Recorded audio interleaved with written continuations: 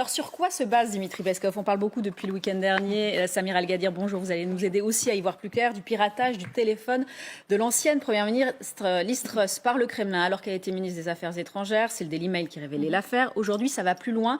Liz Truss aurait envoyé au secrétaire d'État américain Anthony Blinken un SMS dans lequel elle aurait écrit « C'est fait » après les explosions survenues fin septembre sur les gazoducs. Sur quoi se base-t-on, Samira? Qui dit ça? Alors, en tout cas, c'est une rumeur qui est très relayée sur Internet.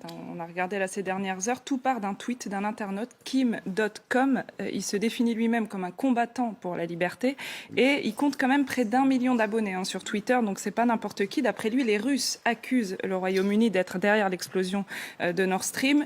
S'ils le font, c'est parce qu'ils ont des preuves et il affirme donc dans son tweet, vous le voyez, que Liz Truss a utilisé son iPhone personnel pour envoyer un message au secrétaire Blinken disant que c'est fait.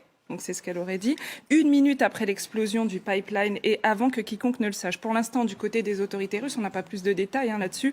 Vous l'avez dit hier, Peskov parlait de preuves sans plus de détails. Du côté du ministère des Affaires étrangères, la porte-parole Maria Zakharova, elle se contente de poser la question, est-ce que Liz Truss a bien envoyé ce message ?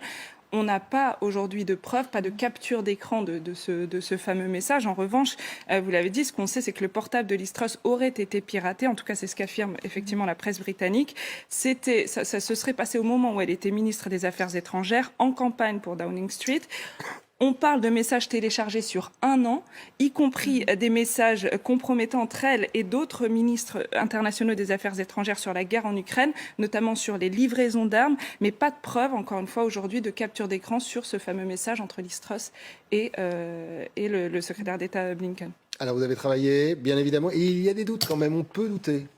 Il y a quelques pistes, quelques indices en tout cas. Il y a d'abord une incohérence au niveau des dates. Le piratage dont vous parliez tout à l'heure du téléphone de Liz Truss a été découvert cet été sous Boris Johnson, alors que les explosions du gazoduc de Nord Stream ont eu lieu fin septembre. Donc déjà là, il y a une incohérence au niveau des dates.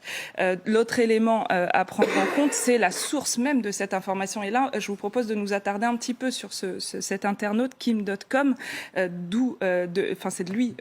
c'est lui qui diffuse ce tweet au départ. Donc c'est quand même un hacker notoire, Kim.com. Son vrai nom c'est Kim Schmidt. C'est un informaticien germano-finlandais qui dirigeait le site Mega Upload. Je ne sais pas si ça vous parle. Oui. C'est un site en fait, voilà, qui a rencontré du succès au début des années 2000, qui permettait de visualiser des films illégalement. En 98, il est accusé et condamné pour escroquerie reposant sur la vente de numéros téléphoniques volés. En 2012, il est arrêté pour son fameux site pour association de malfaiteurs à cause de ce fameux site Mega Upload. Donc il a quand même un bagage. Il a un bon pédigré, comme on dit. Voilà, il a un bagage. Pour l'instant, les accusations sont sans fondement. C'est tout ce qu'on peut dire aujourd'hui. Il y a une enquête de l'opposition travailliste, exactement, britannique, concernant les écoutes, voilà, qui sont elles-mêmes même pas encore confirmées. Donc on en est là aujourd'hui. Merci beaucoup pour votre travail et celui de vos équipes. On se retrouvera vendredi, bien évidemment, comme d'habitude, pour traquer les fake news.